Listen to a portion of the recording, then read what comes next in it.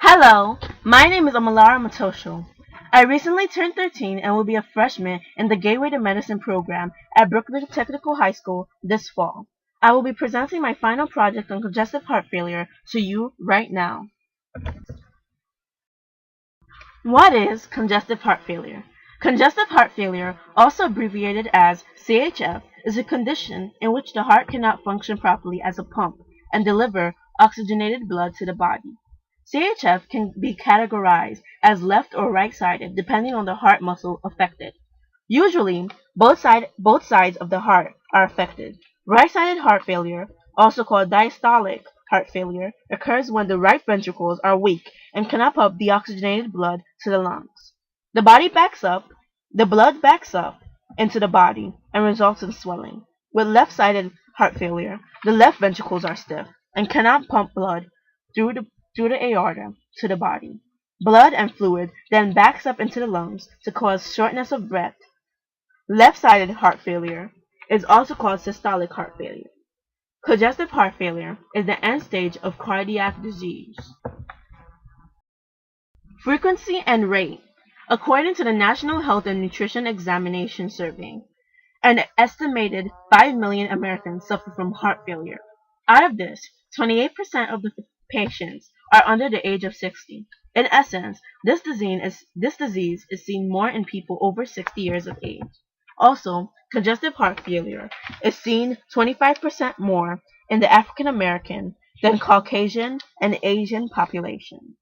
However, survival rates of CHF have improved over the years due to research, new medication, medical equipment, and procedures. What are the causes of CHF? One of the major causes of congestive heart failure is coronary artery disease. This disease occurs as a result of plaque buildup in the coronary arteries, which restricts the flow of oxygenated blood to the heart.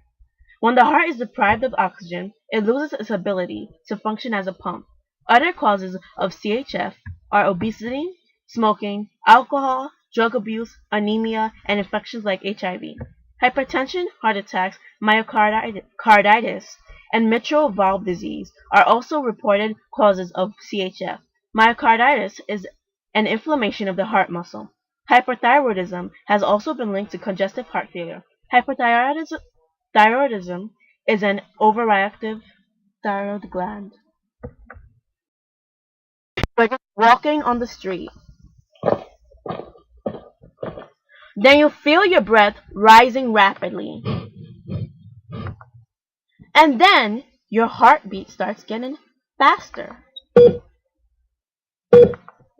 And you may end up being like this if you do not receive immediate medical treatment. One of the most distinct symptoms of congestive heart failure is shortness of breath. Most patients wake up in the night just to gasp for air. Other noticeable symptoms in these patients are extreme fatigue, loss of appetite, nausea, coughing, and wheezing. Since the heart has lost its function as a pump, the fluid causes swollen ankles and feet, which is a prominent symptom. The fluid in the body also makes the patients urinate frequently, especially in the night. Enlarged abdomen and poor renal function are common symptoms of congestive heart failure. CHF is diagnosed through three main ways, namely the medical history of the patient, physical examination, and other diagnostic tests. The doctor checks for clues like previous heart diseases, such as coronary artery disease, hypertension, and heart attacks. The medical practitioner uses the stethoscope to check for abnormal breath sounds and murmurs. Swollen legs and ankles are important clues for diagnosis.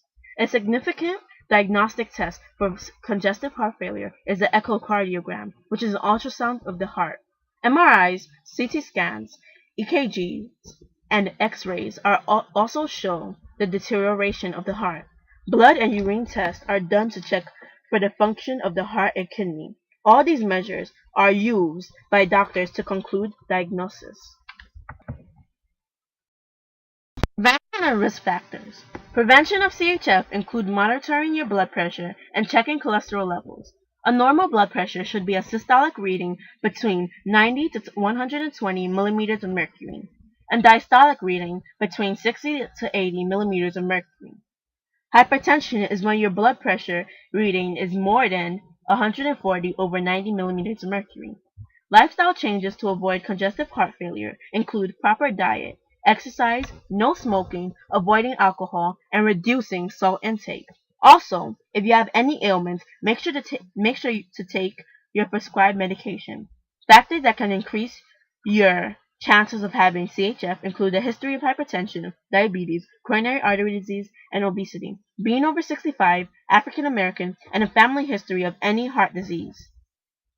Also increases the risk of having congestive heart failure. Treatment of CHF. Treatment of congestive heart failure is usually handled in four ways. There are lifestyle modification, addressing reversible factors, taking medication, and/or surgery. Patients with CHF have to reduce their salt intake to 2 grams daily to avoid ankle swelling. They should also check their weight daily because weight gain means their condition has worsened. Exercise should be done in moderation depending on tolerance level.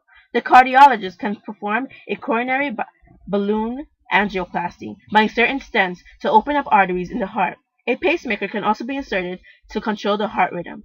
Medication like ACE inhibitors, diuretics, and digoxin are used to improve the contraction and function of the heart. While some patients are waiting for a heart transplant, the intra-aortic balloon pump or ventricular assist device are used to increase coronary blood flow and circulation. Heart transplant is the last option for CHF. As we know, there are a lot of people on the list for a heart transplant. If you would like to learn more about congestive heart failure, below are a couple of websites that I used for this presentation. Now, I would like to extend a special thank you to Dr. Holding, Mr. Andrew Morrison, Dr. Raj, Dr. Badillo, Ms. Corbett, participants, and the volunteers who all made the virtual camp a memorable experience. Lastly, please remember to check your blood pressure regularly to avoid heart disease. Thank you for viewing this presentation.